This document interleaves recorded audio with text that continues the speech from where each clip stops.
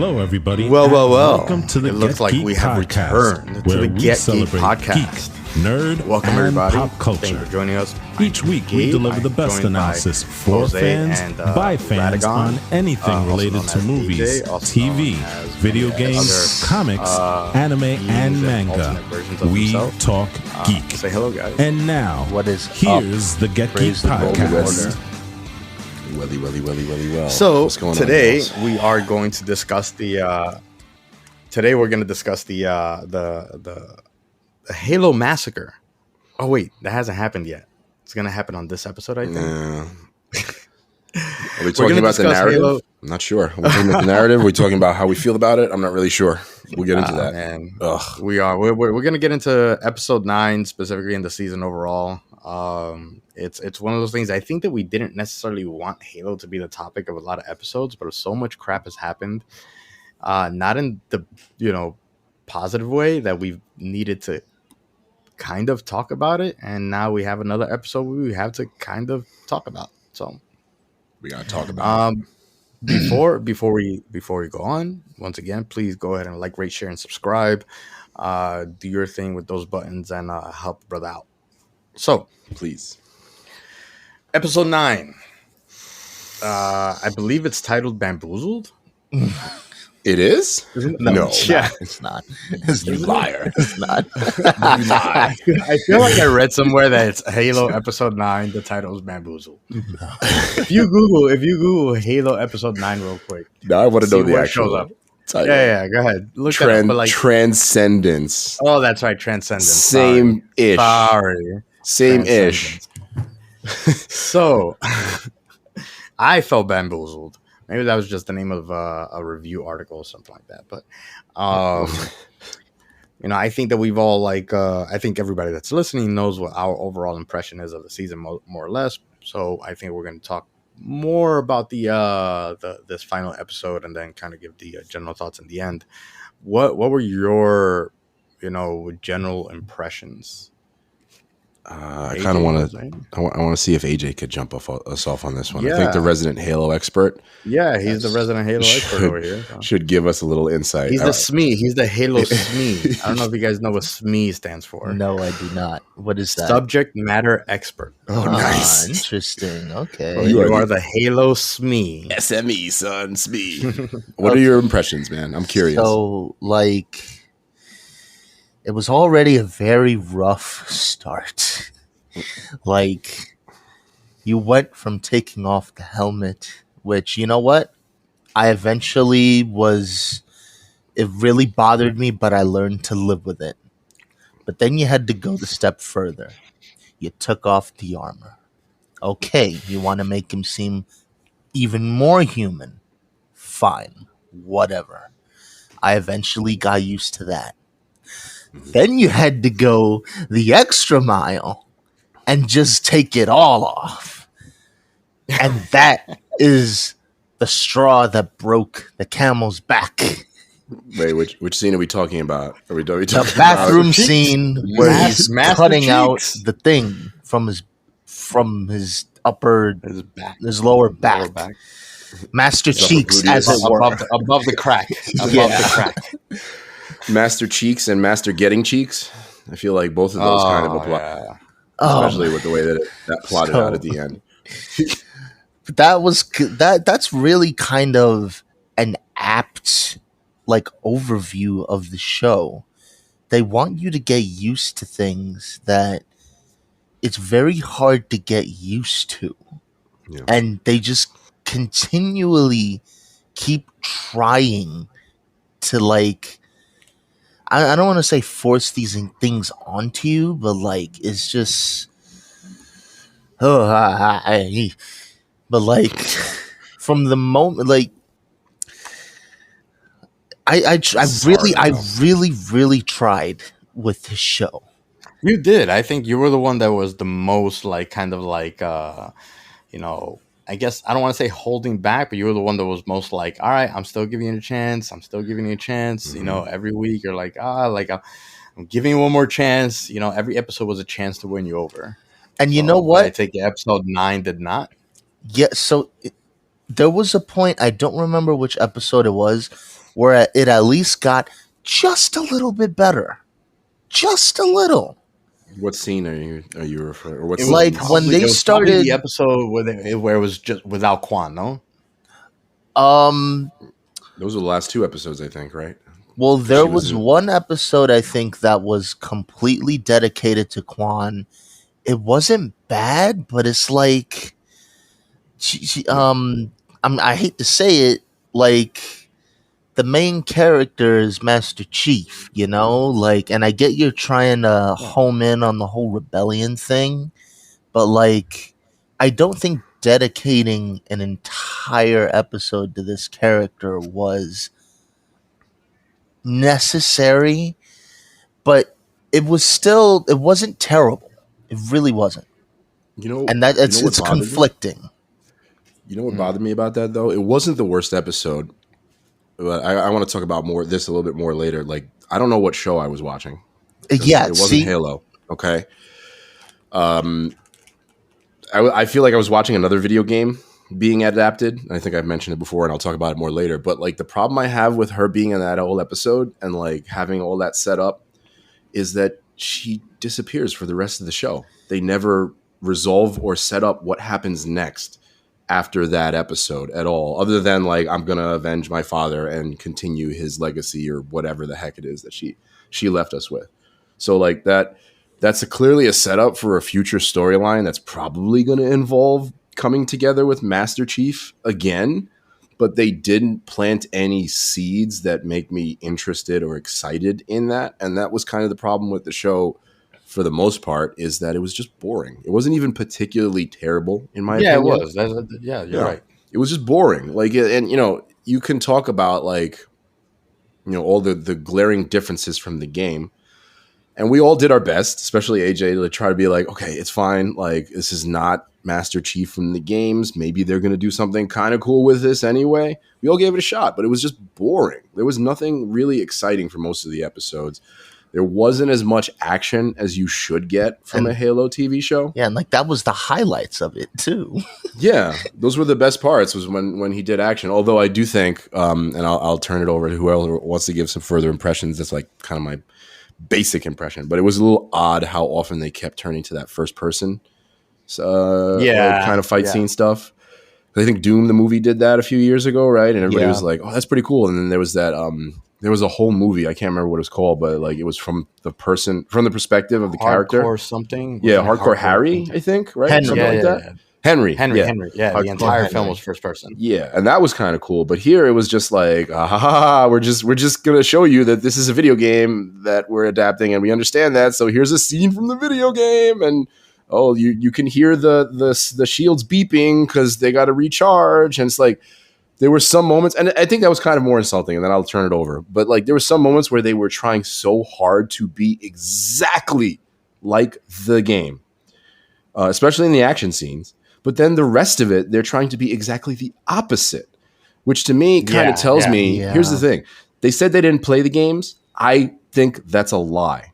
I think that they did, but I think that they're saying that so that they could pretend that they didn't make a conscious decision to make everything opposite in the TV show. I think that they're copping out and saying like, oh, like we just didn't play it. So, we're just doing whatever we want to do. I think it's a lie. I honestly think it's a lie because you could tell they understand the character by how they do everything the opposite of what the character is. It's literally the exact opposite in most situations, I think. But like, yeah, what do y'all think? I think that so what it is. I think that the reason that we have like that weird like, well, I don't know what I'm watching, and then the contrast of, this is what Halo looks like in the video game, and then this is what Halo is absolutely not in the overall story, is because I think that like, it's very clear that the group that did the CGI and all the action scenes, they played the video games, which most likely they did. If they are into CGI and animation, they're probably into like all sorts of nerd stuff, right? Yeah. And just the writers didn't. The writers create the script and they tell the CGI guys, all right, here's an action sequence that we're gonna have. I want you guys to design it and then give it back to us when you're done. So I think that that's what it is. But one small point though, like, don't you think? And this is kind of a spoiler. Don't you think by the way that they ended Master Chief's arc, that it shows that they clearly understood what kind of character Master Chief was, because they I gave guess so. us Master You know Chief what? at You're the right. end. Yeah, you know what? You're absolutely right. Now that you mentioned that, yeah, they obviously knew exactly what Master Chief is and who he is and how he operates, and they just decided to kind of like create their own canon version of like, Yeah, like like a new origin story for him. Can I Yeah, also it's add to that absolutely point? ridiculous. Like, Mm. because there was a leader amongst the brutes, way before in Halo 2 is when we first see him, but even before that, it was clear he was the leader of the brutes. Mhm. And 343 being 343 apparently took this show as the opportunity to say, you know what? Tartarus might have been cool for the fans, but that's lame. Why don't we just plug Atriox like we do with every single game? And so, like, Yeah, because that yeah, very brute that they clearly. kept focusing on, that was Atriox. Yeah, it was Atriox. Yeah, Mhm. And, like, Yeah. I find that so annoying that they just, it's like, for me, when I look at things like that, I feel like they're consciously trying to make us forget 1, 2, 3 reach an ODST. I honestly feel like that. I agree with that. Actually, I do agree that, like, you know, it seems like they want to do everything and anything and everything to, I guess, break up with Bungie. You know, because it's basically like the Bungie trilogy is what we all know and love from Halo, and we just don't have that. I had issues pretty much with every single episode. Mhm. With this episode, I had the most issues because it just pointed to the one thing that I felt was the most glaring issue, which is a lot of laziness. You know, Mhm. not just laziness in the dialogue, for example, in the writing and stuff. Just I feel like laziness in the creation of all of it. For example, like when we talk about like the whole first person shooter point of view and the whole nine. Mhm.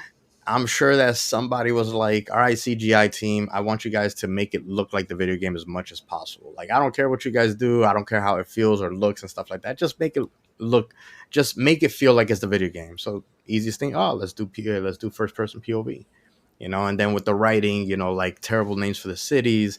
Oh my Like god. the Oh my dialogue god. is so uninspired. It's unbelievable how uninspired the dialogue is in general, and that's the thing. It's uninspired dialogue for a show that has an exorbitant amount of exposition. If you're gonna have this much exposition, this little action, then at least have inspired dialogue, and it doesn't have that. And then the biggest way that I find that I really really want to talk about is in the how do I say, the lack of creativity.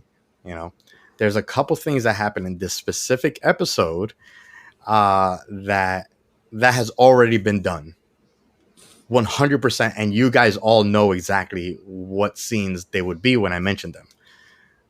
So I don't know if we want to get into it right now, but I do want to know what you guys thought were the most glaring issues also.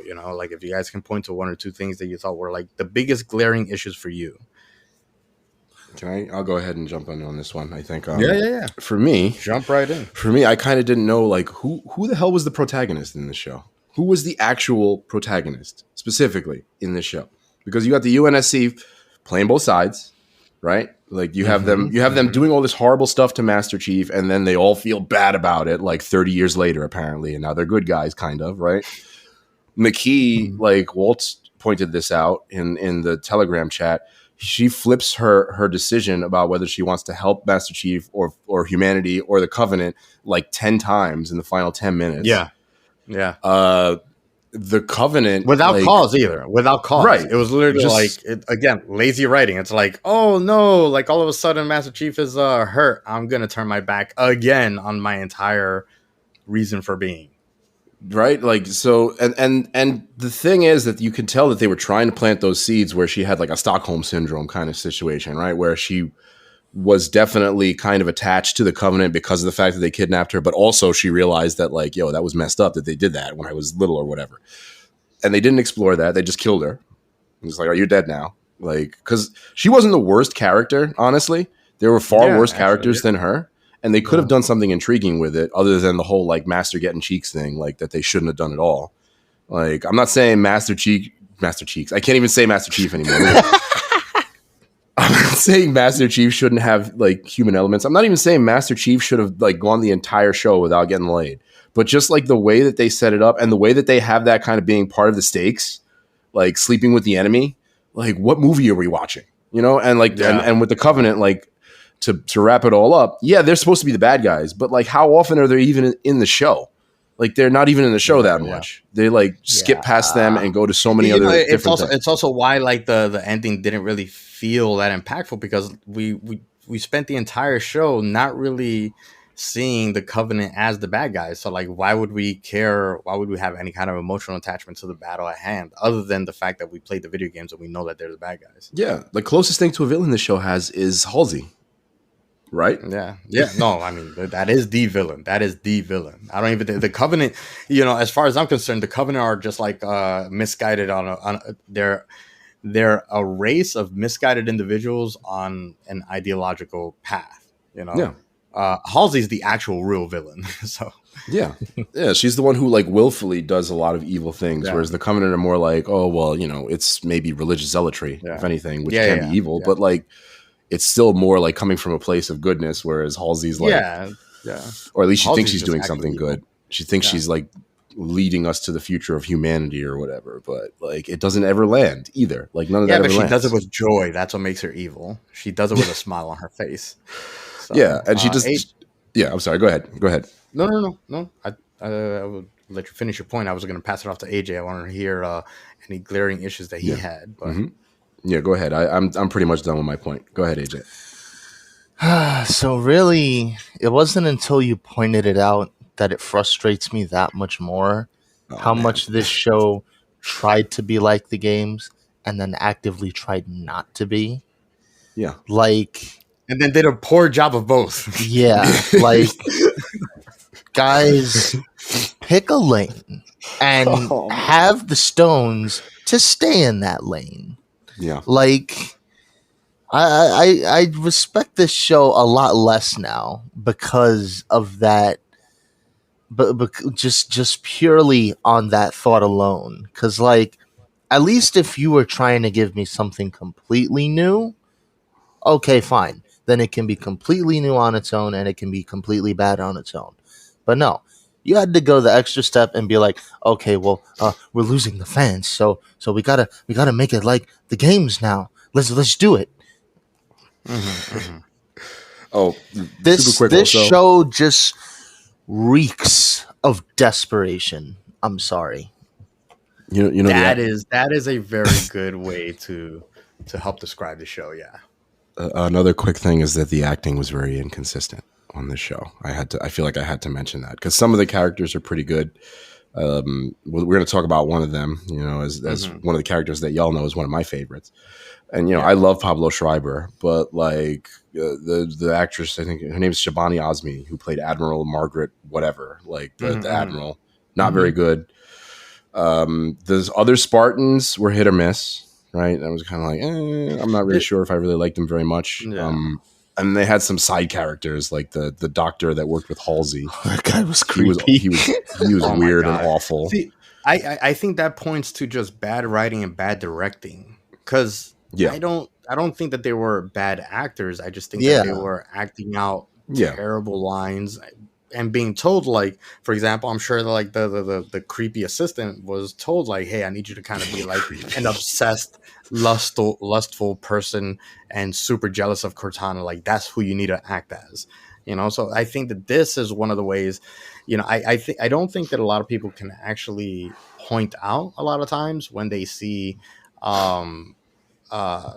like bad directing and bad writing, because most of the time, really good actors don't choose to work with bad directors. And Pablo Schreiber, I think he's a great actor, and I just think that he got paired up with a bad script and a not the best director. So I think that's more of a symptom of that. I don't know. Like, as far as the inconsistent acting, I think it's more inconsistent directing. I can agree with that. It's like inconsistent directing, writing, all of that stuff is like what really led to this show being semi-underwhelming.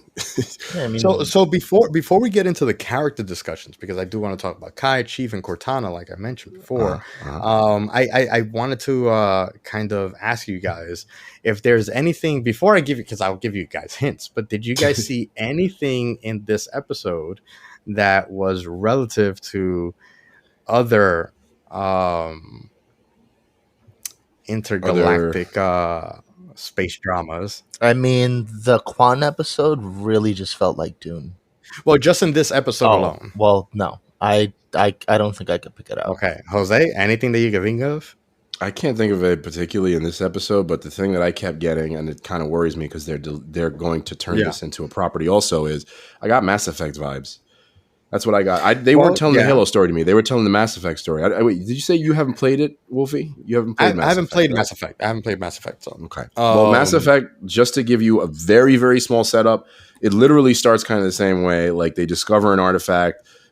Shepard, who's the main character, touches it and gets all these visions, and that's kind of starts. I mean, come on. So perfect. This is what I mean by completely uninspired and unoriginal, which is why the show probably felt boring. It's because for you, that was something that they stole from Mass Effect. Mm-hmm. Did you not realize that all of a sudden, when they're looking for the planet's not in the archives? Does that feel like something? Oh, what? You know, all of a sudden it's not in the archives, but I know how to get there. Okay. When they were traveling there, you know, going through the slipstream, did it not feel like Interstellar when they're passing through the black hole? So yeah, it's just ripping stuff off, basically. It's straight up ripping it off. Yeah. And now for one of the final things, because I'm sure that, like, the more I think about it, the more I'll find these pieces. Okay. And we'll talk about this a little bit later anyway. We'll expand on it. But, like, when you see the artifact being, like, you know, I guess touched, and you see the map and all that stuff for, like, where the Halo ring is. But the map isn't complete, right? Yeah, I know what you're talking about now. What does that sound like? So is season 2 now looking for, is Halo ring now Luke Skywalker? Where you have an incomplete map? Oh my God. You know what I'm saying? So it's like all these things, like it's I would understand if they, like, you know, take one element of a property, but it's literally like, okay, I'm gonna write something. I don't know anything about sci-fi. Let me just, what are the most popular or most you know, contemporary sci-fi stuff? Star Wars, maybe some space exploration movies and stuff like that. And they're just like, let's just take some of these elements. People won't notice. And this is why it's like, oh God, it's really annoying when you can actually point it out. I mean, it's a mishmash of sci-fi tropes. It might not even be that they were specifically trying to copy certain things. It's not even right? necessary, though, because I can understand the even so if this was a completely original IP and they stole some elements, but they don't have to take any of these elements because the Halo has its own universe and its own lore and its own IP. So it's like, all right, we're not going to use the Halo lore, you know, because we want to be different, but, you know, we want to be the same like these other things just so that we're different from Halo.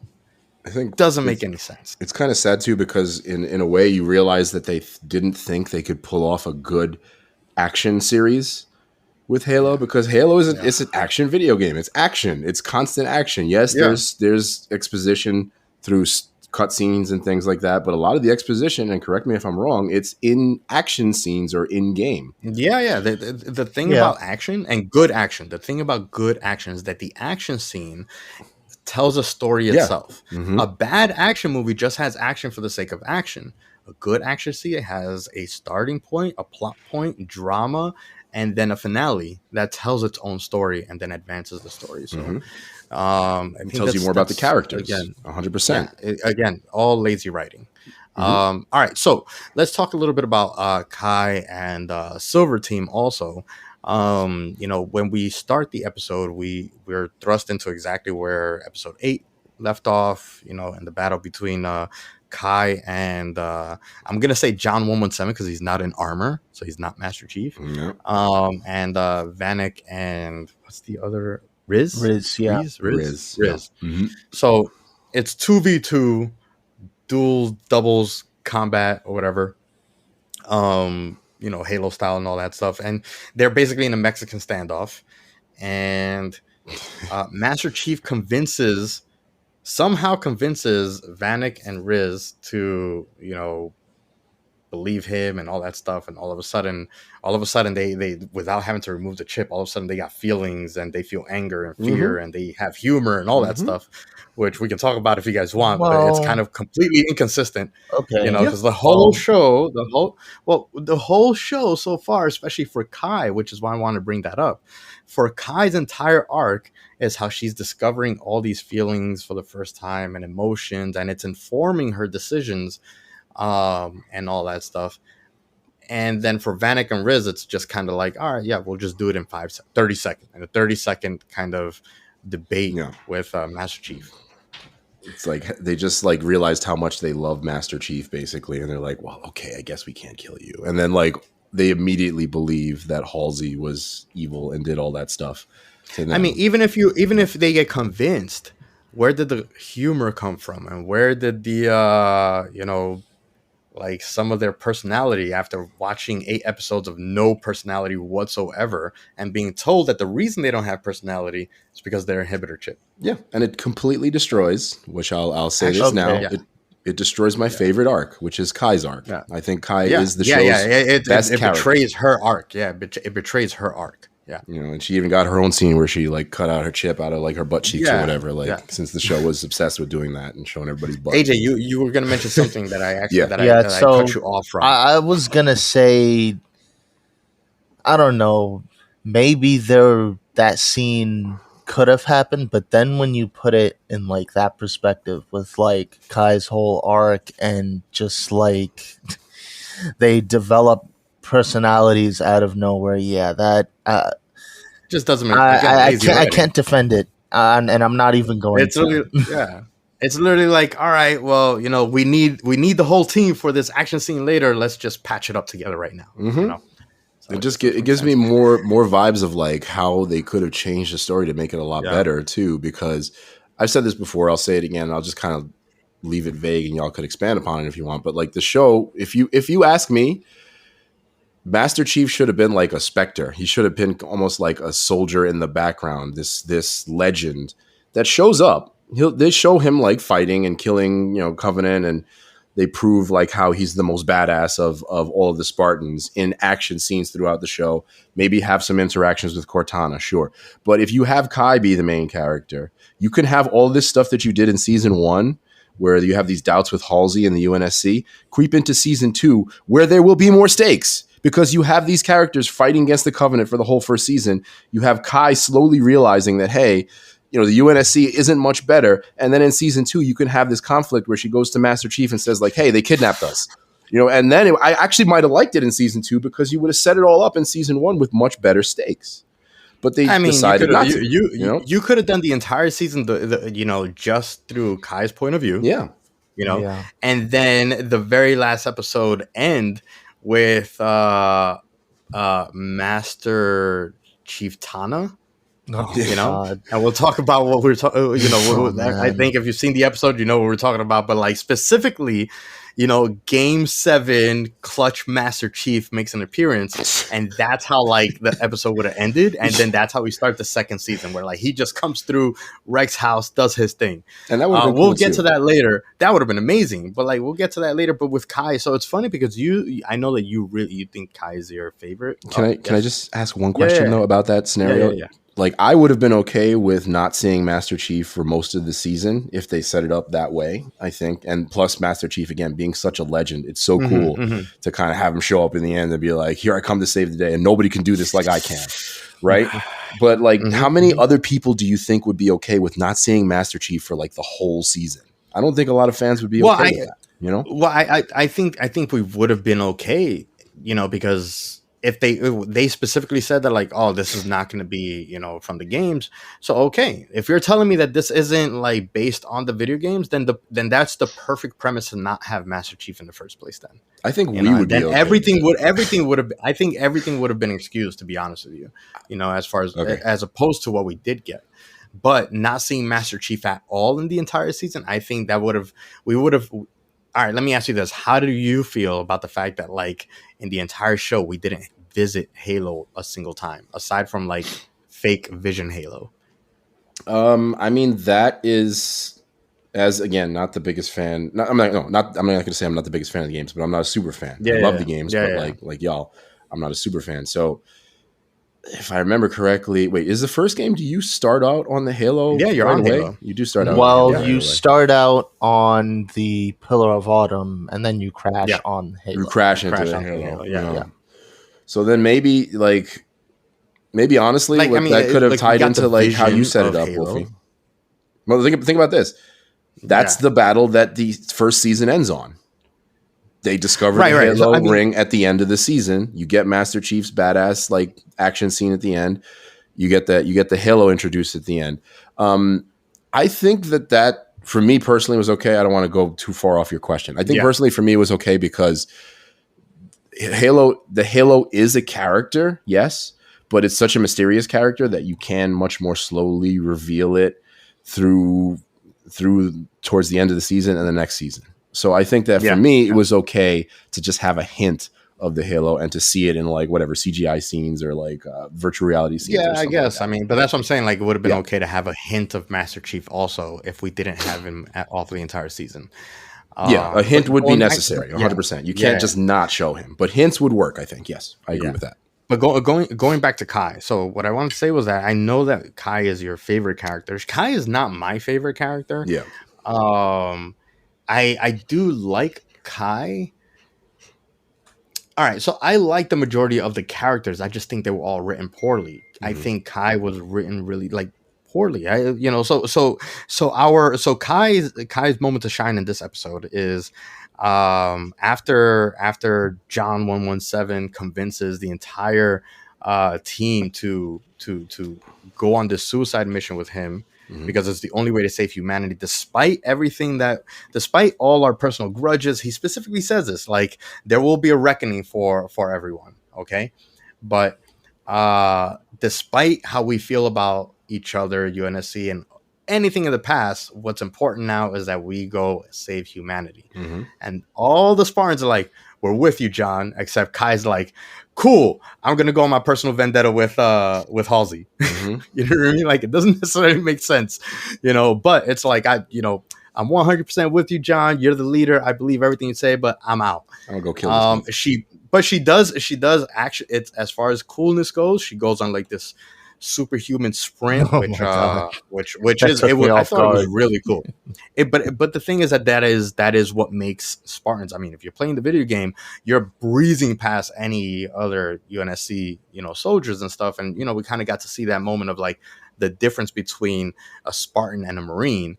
Not just in certain abilities, but just that superhuman superpower ability to chase down a spacecraft, essentially launch on top of it, break it open, and infiltrate it so that she can now confront Halsey. And this is where I don't like Kai as a character, because okay, I know that she's got like her feelings back and emotions and all that stuff, but she's still a soldier first, okay, with humanity. And in this scene, she takes off her helmet. That was so dumb. To just have this like weird conversation, or trying to like confront Halsey, as opposed to just capture her, bring her back, and then have your conversation later, But instead, she's having this confrontation with Halsey in a plane that's kind of about to crash or whatever it is. And we have like drama. So this is my biggest issue with Kai, is like, you have a good character with terrible writing. They're all so hell bent written, on, it's just, they're so hell bent on like showing human emotions in a military setting. That doesn't make sense. There's no reason to take off the helmet. There's no reason to be, running with the helmet in your hand to chase somebody. Like, these things just don't make sense to me.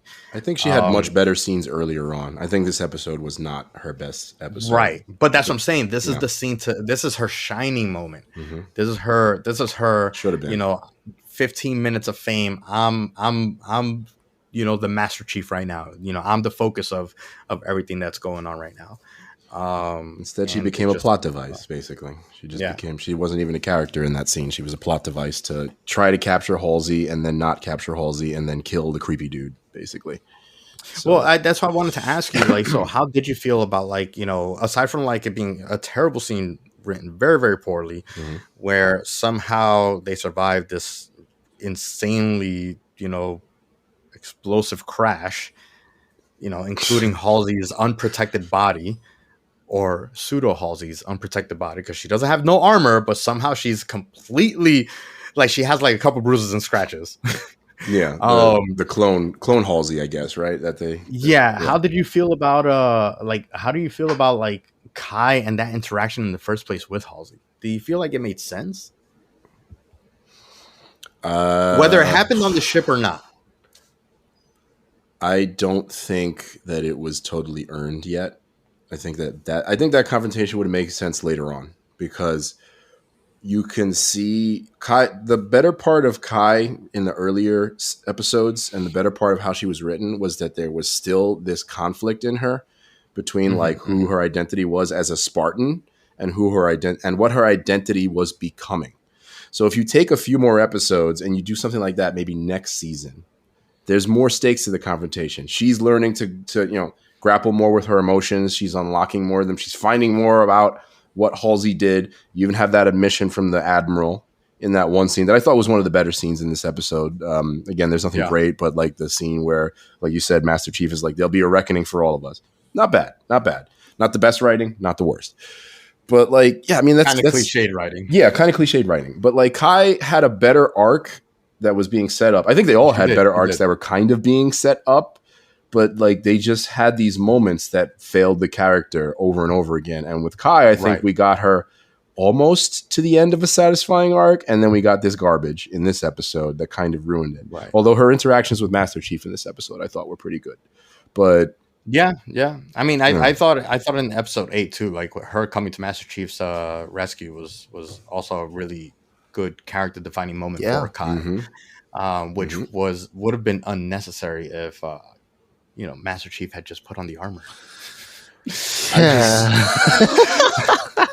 All right, let's backtrack to episode 8 real quick. Let's talk about how like he's like, all right, we're going to escape. Him and McKee, they're gonna escape, but he's just gonna like, all right, but I'm gonna leave my armor and all my weapons behind. Yeah, because just to get ambushed. Just out of curiosity, though, like, how does he expect them to escape? Can't they just track him using something in his head? Like, wasn't Halsey? No, that was the thing. Was that the suit? Out. And that the was suit the thing too. he took out. The inhibitor, it was the inhibitor and the the inhibitor suit. and Cortana, obviously. So then that kind of makes sense, but it's still kind of stupid because you at least need your weapons. If you're not going to take your armor, take a weapon at the very least. So yeah, it was dumb. I mean, it was just a way to kind of give them a shoehorned in romantic, like, runaway scene or something. I don't even know how to describe it. Well, do you see any? Well, I guess we can't really talk about the future of Kai in season 2 without talking about like Chief and Cortana, the drama that happened towards the end of the finale, and then Kai's interactions with Chief Tana. I think that's kind of like the next biggest plot point between Kai and the show is how she views Master Chief now, right? So do we want to say anything else about Kai right now, or should we move on to Chief and the final big battle scene with unbelievably terrible CGI, in my opinion? I think I'm done with Kai because I want to make sure that I actually still kind of like her, and if we keep talking about her, I might end up not liking her at all. I think you're gonna end up hating her with some things I want to say later. But all right, so let's move on. So the team gets together again after this fight. They have a little bit of a comic relief, which we didn't really get too much of in this show in general. But I thought that it was a little bit too dry, even between them. But it was still cool to see, like, kind of like, Silver team all together on this suicide mission, and having a little bit of banter between each other. They go through the interstellar slipstream sequence, and then they do the Halo jump, which, by the way, is an actual jump that the Navy SEALs use. I almost feel like I wonder if Halo the game was inspired by high altitude low opening. So they do their own version of the Halo jump. They don't open anything, they just do a high altitude drop. That was dope. And I thought that the scene opened up pretty cool with them kind of infiltrating in broad daylight, but they're infiltrating, they're killing the grunts, which, by the way, I thought the CGI on the grunts looked amazing, but then I feel like all their budget for the rest of the CGI was left on the grunts. Because after they infiltrate, and we see between the space of them infiltrating, we see them bringing McKee to the Covenant, to the oh my God, the relics. Help me out here, AJ. Sacred relics. The relics, yes. Yeah. Right. Did you guys notice that the elites that are walking and escorting her? Yes. That was the high point for me. We finally got the elite honor guards. Yeah, the honor guards that apparently left no footprints in the sand. Oh, come on. I don't know if you guys noticed that, but I saw that and I was like, wait a minute, they're walking. This is a sand planet and they're escorting her out. And this is an overview shot and they're leaving no footprints behind. Doesn't that kind of tie into These honor guards are huge. I mean, they're like 2 to 3 times bigger than Master Chief himself. They're not real. And they leave no footprints in the sand? That's laziness. It's like you said, that's more laziness. Come on, dude. And more like, how can you not notice that detail? Like, if you're making CGI. I mean, the CGI for me was weird and too clean, though. Yeah. Also. I'm sorry, guys. So for those of you guys, obviously you guys can't see the video. Yeah, I know. I just kind of broke AJ's spirit. He looked so happy to mention the honor guards. And then I mentioned the footprints. You know what's kind of sad also is that, like, if I'm thinking of where the brutes and other like Covenant are more intimidating and elites, they're way more intimidating in the games. They weren't scary here. Yeah, they were. They I felt like they were animated in a way that's just kind of like, we're like, they were animated not that different from the grunts, to be honest with you. To me, they just felt like, 10-foot tall grunts. I mean, good example is even that trailer that came out before Halo Infinite, where they had that one brute like speaking directly to Master Chief, the main brute that you fight in the game. Escharum. That was such a cool scene. Nope, that's Escharum. Oh no, that's Escharum. Right, Escharum. But that's such a cool scene in like Halo Infinite, right? Like just him talking to the camera and being intimidating is so cool. Where was that in the show? We didn't get that in the show. We didn't get any super intimidating brute. I don't need Atriox doing that. No. Please stop. Well, no, you don't. But like some, like as far as the elite, what it is I understand what Jose's saying is that like there was no drama to make us feel like the Covenant are bad guys. There was nothing there. Yeah, they were just a bunch of drones. That Escharum scene that he's talking about definitely makes you feel like, oh, hey, he's clearly the antagonist. He's the bad guy. Yeah. And Master Chief is the good guy, and something has to happen between them. Right. There's nothing that shows that has to happen between Master Chief and the Covenant in any way. Yeah, really. I mean, that's exactly my point, AJ. It's not that I wanted specifically that character, but like, there's no character that fills that role for me. In the Covenant, there's no Covenant character.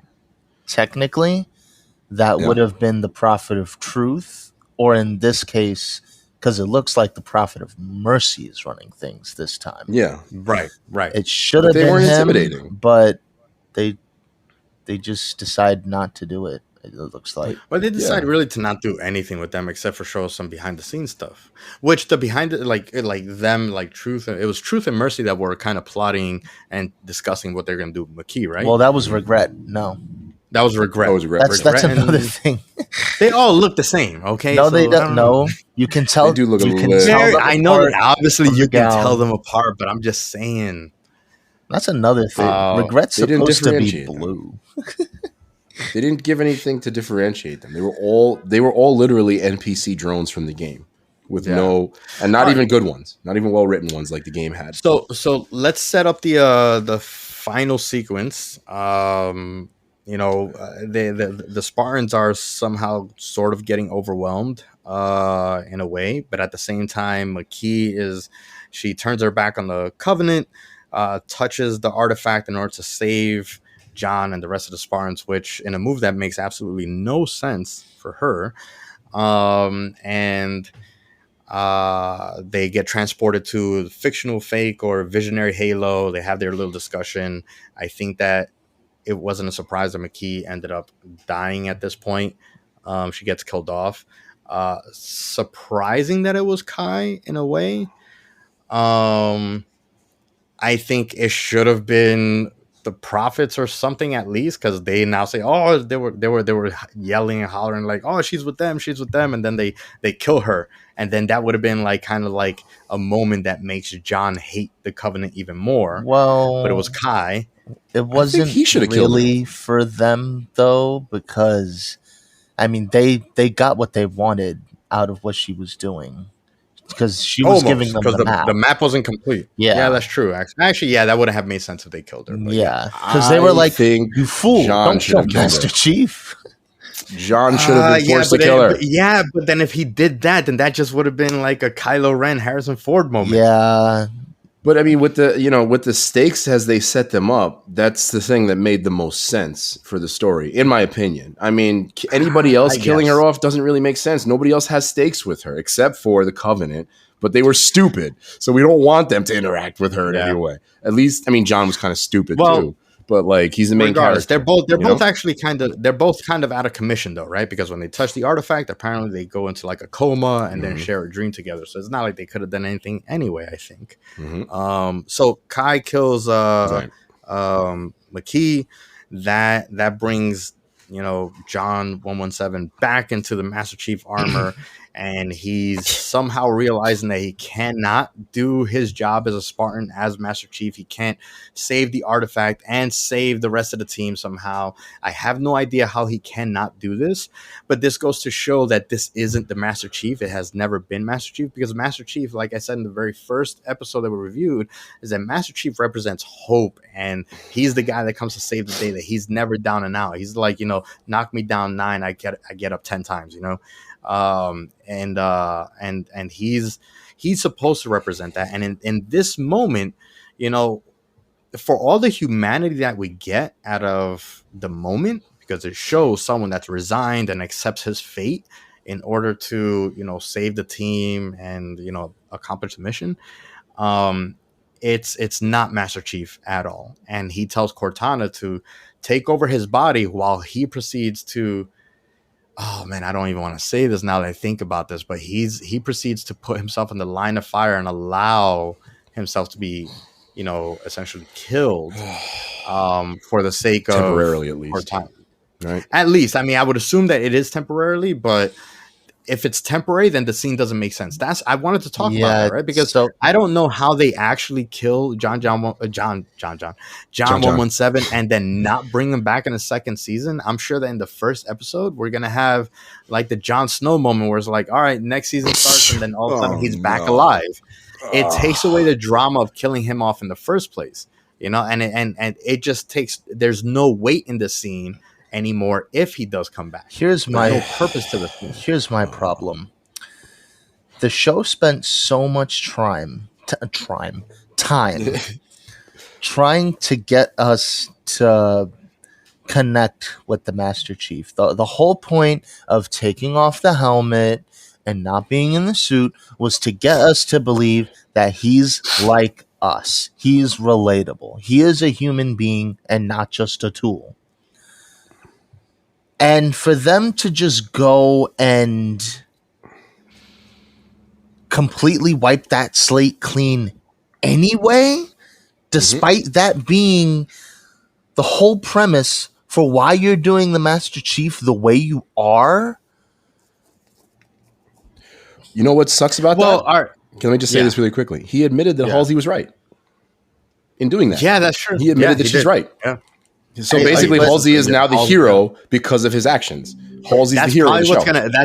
Actually, now that I think about it, this is how they bring John 117 back, is that Master Chief comes back and they realize they need Halsey in order to bring him back. And she's like, well, I'm not gonna be a part of this until I get my charges dropped or whatever, something like that. They're gonna have some sort of like uncomfortable relationship just to bring him back. Or maybe like Cortana brings Master Chief's body to Halsey, and in secret they kind of bring him back or whatever, something like that. Which But would be it really doesn't make sense. However, I see what you're talking about, like why you think it doesn't make sense. Now it just makes even more sense why they did everything, because not only did obviously it pissed off all the fans, but they were so in your face about John 117 as a human being. They did that, in my opinion, just so that this scene where Cortana takes over his body is that much more jarring, because we saw John as more human than we've ever seen him, and now we get to see him as the stoic Master Chief, knows how to do everything right in every single moment after she takes over him. And I think it was meant to give us that stark difference. Was it necessary? I really don't think so. That's the issue at hand, is that I don't think that was necessary at all.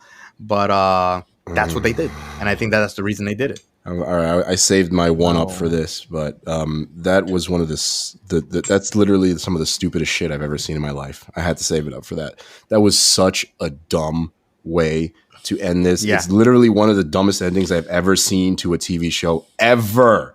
Because I've never seen a TV show say, you know, all the stuff we just did in the first season, doesn't matter anymore at all.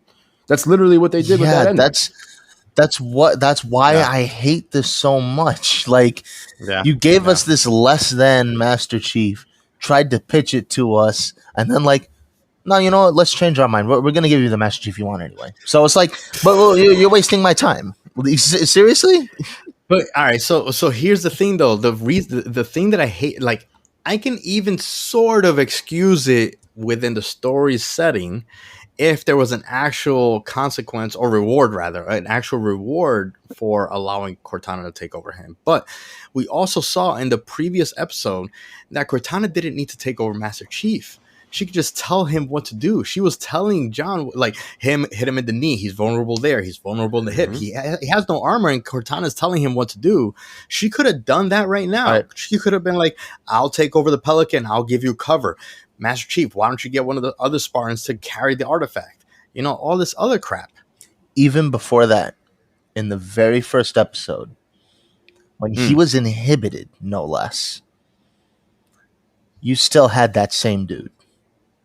No, you still had that exact same dude in the very first episode. That's true. Yeah. No. Yeah. That excuse doesn't work for me. No. Yeah, but that's what I'm saying. It doesn't make any sense.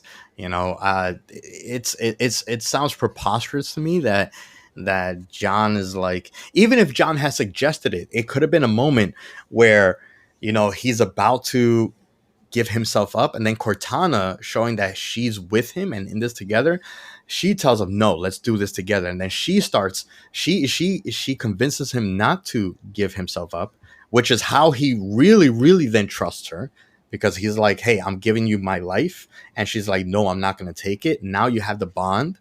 And then she's like, let's do this together. Tells them everything that they need to do, come up with a plan right there on the spot, save the Spartans, save the artifact, and not have to sacrifice John. And it would have been that much more of a better scene, I think. That's a conflict for her too, because you even have the scene where she says, like, the reason she doesn't want to do any of what Halsey said is because she believes that humanity is special.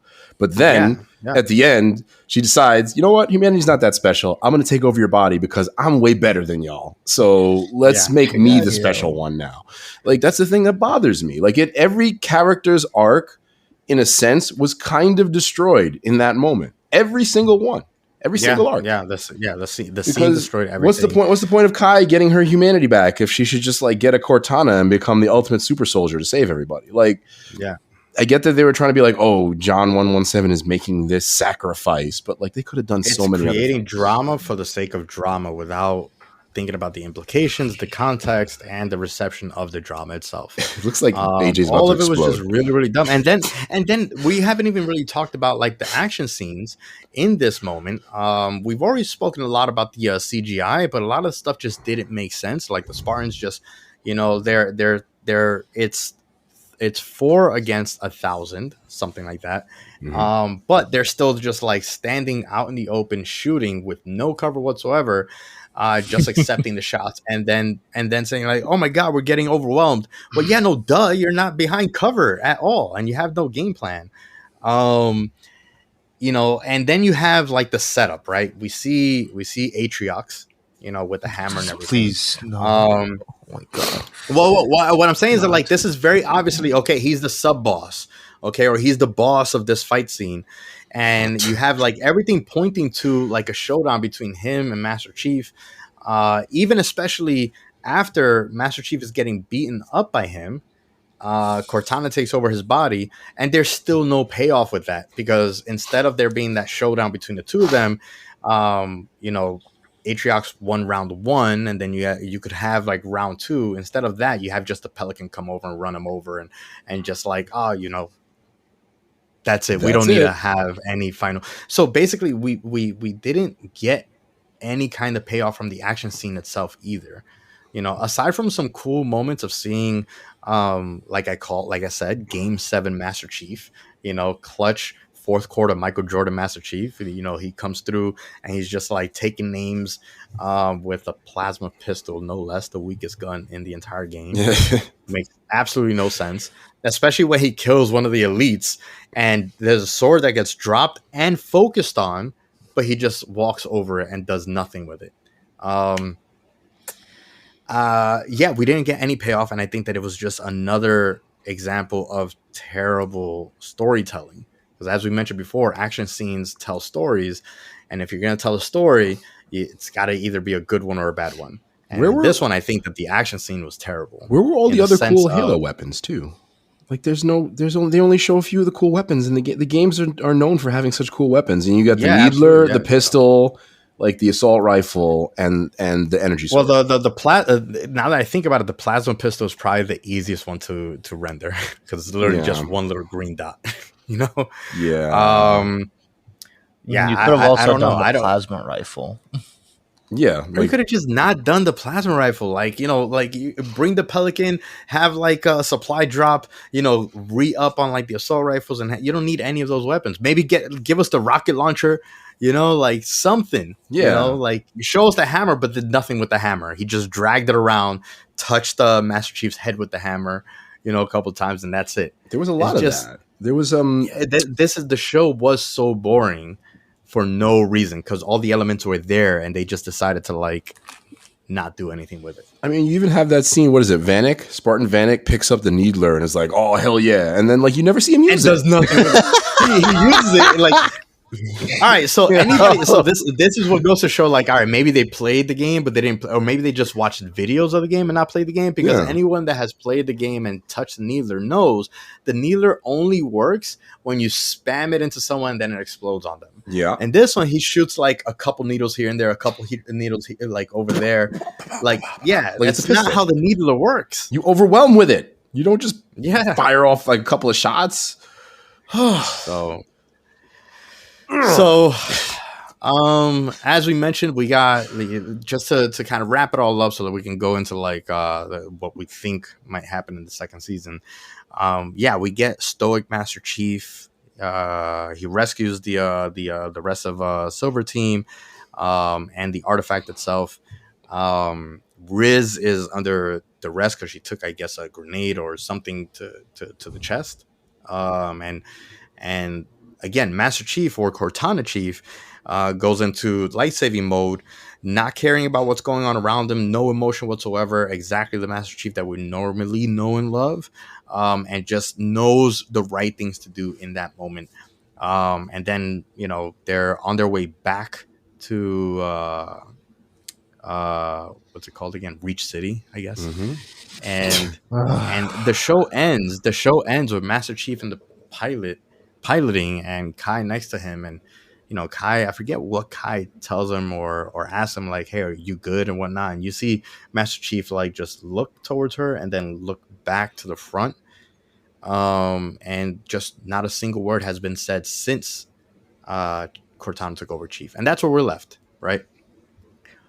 How do you guys feel about that scene? That's why I wanted to save Kai for a little bit later. How do you feel about Kai now and their relationship, Whether she brings back, whether John 117 comes back or not, I think like it's gonna, if John comes back, then there's gonna be the issues between Kai and John and her killing McKee.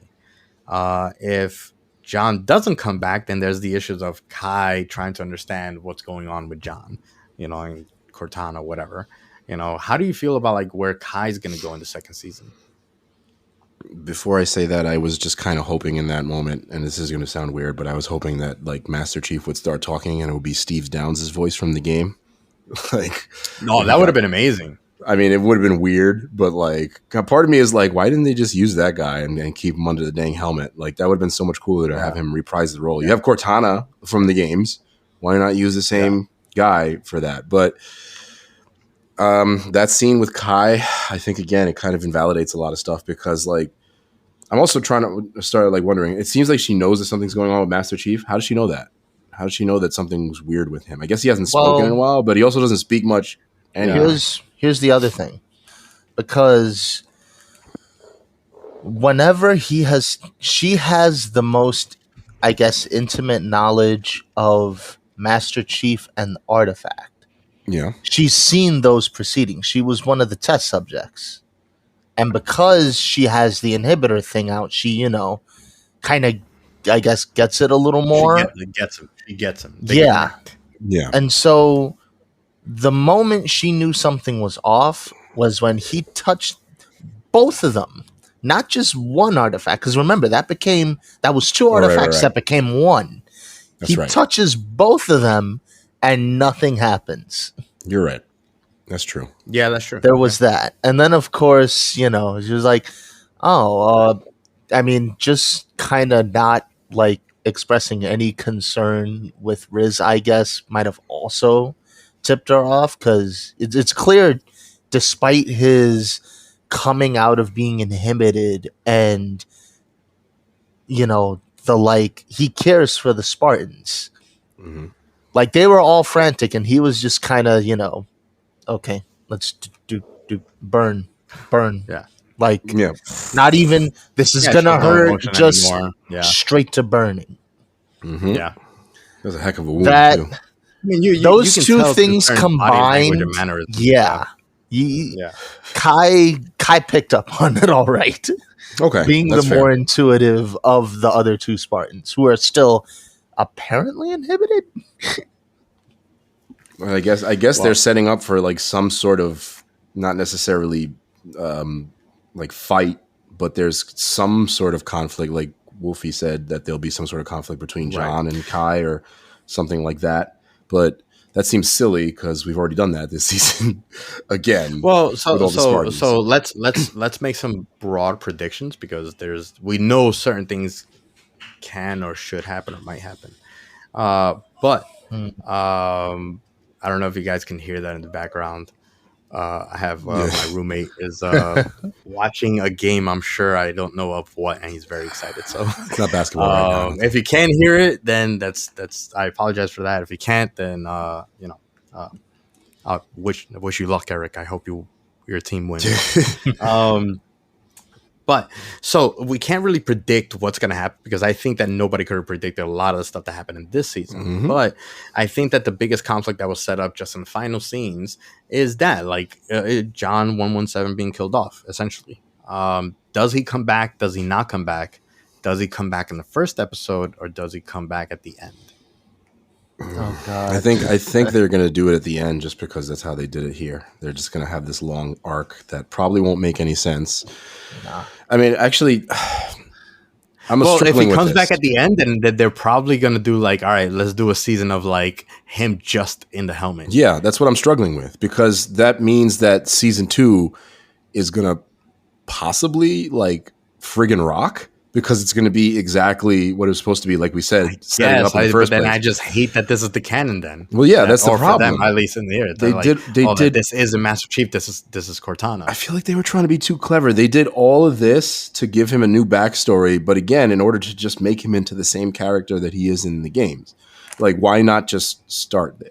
And or like they started there. Actually, I'm sorry, they did start there, but then they left that area and made him more human, and then sent him back. What's the lesson there? What's the arc? Like, that's the problem with it. And like, yeah, the thing about predicting season 2, that's kind of why I mean, I don't know where the heck we go from here. I don't know where we go from here because, like, what do? Do you just now copy the games? Yeah, That's what really, it seems like, right? What it looks like it is it's gonna be a race to the Halos. Like, I'm sure the Spartans cam picked up the star map when they were all gazing up at it. The Covenant clearly has for sure, it. absolutely. So now it's just going to be a race for the Halos just right off the bat. Yeah. The one thing this might... Oh, sorry. Go on. sorry. It's Kylo Ren versus the Rebels looking for Luke Skywalker and the missing piece to the map. Yeah. But like... Or no, I'm sorry. They're probably going to look for what is it? What did they find? They found like that artifact that they had to use to put it in a certain position, standing in a very specific spot, looking at the Death Star. Like God, they're going to do that nonsense too. It's like, put your 2 feet here and use the artifact to find the Halo ring. Like, I don't, man. I don't know. Like the other thing that might be potentially changed, because like, well, actually, no, it might not change, but it's going to be a little weird because normally by the time you're going after Halo, Reach is gone. It doesn't look like that's happening for a while because now the Covenant's full resources are going towards Halo. They are going to be scouring that sector. That is their only priority. Yes, but also, I mean, you could make the argument that they understand what a threat Master Chief is, and they might decide to go after Reach for that. It's a little flimsy. The rings come first. Flimsy, but the rings come first. I mean, hold on. Yeah, well, in our canon, in Halo, in our canon, where it makes sense, not in the TV show where it makes sense. Yeah, exactly. Yeah, I was gonna say like that comes with an asterisk because in this canon, things are very, very different. I feel like they might go that route just to shoehorn the fall of Reach into season 2. I think that they might do that because there's so many things that they shoehorned into this season anyway that really didn't have any effect on the story. So why not do the same thing? Unless they, unless they want to use the fall of Reach as the cliffhanger of season 2. So that's why now it's like, even if we hate it, we're like, oh, well, I need to see season 3 for the fall of Reach. The fall of Reach is such an important event that happens in Halo. I gotta play Reach. I haven't played Reach. I gotta go play Reach. I feel like it's such a great game, and the ending is spectacular. That was like the last like really great Halo. That was the last Bungie game. That was the last Bungie game. So there you go. That's where it makes all everything about it was amazing. Yeah. You know what? I'm gonna actually play, like, you know, I want to, because I haven't gotten my Halo fix. Me neither. Infinite did a decent job of like making me still like Halo over the show.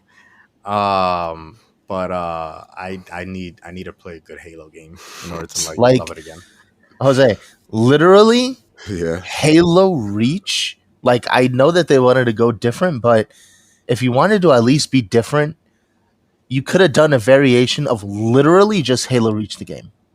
I mean, I haven't played it. Like I said, I don't know the story, but what if, like, literally at least the first part of the first season was the fall of Reach? I feel like that would have been...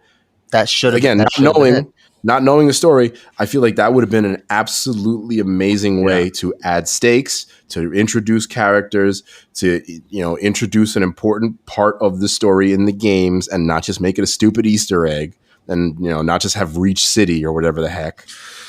Like, there's so much. I mean, especially considering that was the last beloved game, like you said. Like, start there. You know what? Like, maybe not even start there, but they could have ended this season there, and I think a lot of things would have been justified. Even Cortana taking over John. It's like they invade, the fall of Reach happens, and it's like we have no choice, because that would feel way more dire than whatever we saw on that Covenant planet. Yeah. Like, that didn't seem dire enough to, like, all right, go sacrifice yourself. You know, that's true. We're talking about like taking over Reach altogether, a mass million Covenant invasion, completely caught off guard. the actual destruction and all that stuff. And then you would have seen like, Stoic Chief or Cortana Chief like happen. And then, then I think that second season, even though I still would have hated that would have been a little bit more justified than whatever we saw here. Because again, we saw that it's very like she didn't need to take over him to save them, Yeah, So, it wasn't dire enough. I agree. There wasn't enough of a stake. And you have that Reach opening the show, and you immediately establish the Covenant as a cool villain. Right. Yeah. So like there's so many missed opportunities by like how they started the show that it's almost impossible to see it going in a good direction. But we're gonna watch it anyway, right? Well, that's the thing. I was gonna say, like, while I wish I kind of, while I wish I could have missed this show. My our inner geekdom won't allow it. But I'm definitely not. I'm not sad about having this opportunity to like completely, hopefully, destroy the first season, and somehow this gets to the writers. Or 343 or whoever to just please do not do this again. Don't destroy Halo again, because if you're going to do a second season, that's just another opportunity for you to take that same well done piece of crap, steak, put it back on the grill, and then maybe put a little bit of marinade and be like, oh, look, here's some A1 sauce. No, it's still trash. Yeah. Okay. Don't do that to me again. So, any final thoughts? I'm like so depressed. Halo could have been such a wonderous show. Yeah. Like you guys, the listeners out there, if you've played the games, you know. Yep. Even if you haven't read the books, It's one of the biggest franchises ever. Sad. Yeah. My final thoughts are the same as my initial thoughts that y'all heard at the beginning. Meh. That's it. Meh. It's one word. It's just meh. Yeah. Basically. And that's kind of the worst thing of all. I'd rather something be really terrible or really good. Honestly, I feel like meh is the biggest insult when it comes to a piece of media like this. Because it means like you didn't even care enough to like risk something. Yeah. Right? Yeah. But hey, whatever. Wolfie, did you have any final thoughts, or should we send? I was a little bit more than just meh. I guess I'm as excited for the second season as I am to wait in traffic just to see an accident that I'm passing by.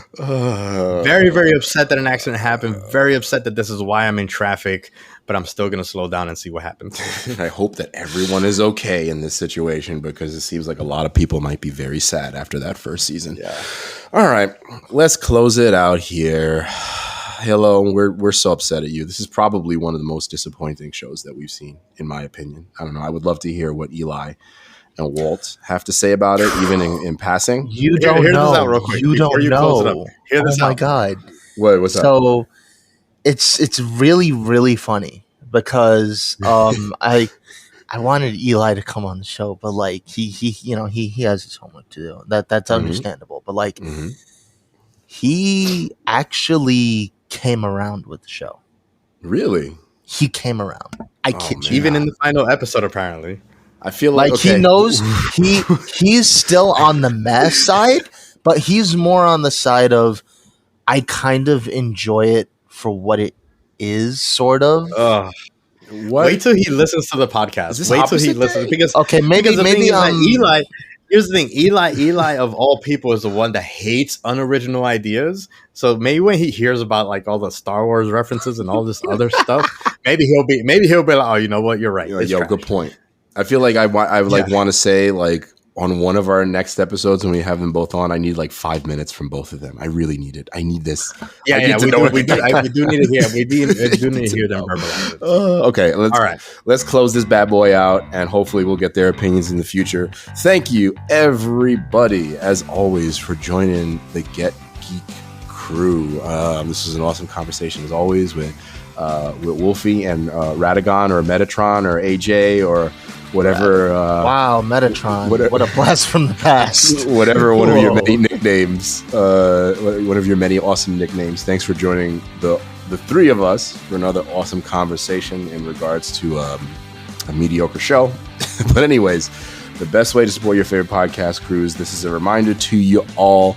Check us out on your favorite social media platforms. You can find us on Instagram, Facebook, Twitter, just about all your favorite social media platforms. Just look for the Get Geek podcast. And of course, you can find us on all your favorite podcasting platforms as well. And give us a review on Apple Podcasts. That's probably the best way to support one of your favorite podcast crews. And let everybody know how awesome we are and tell them that they should listen in the future.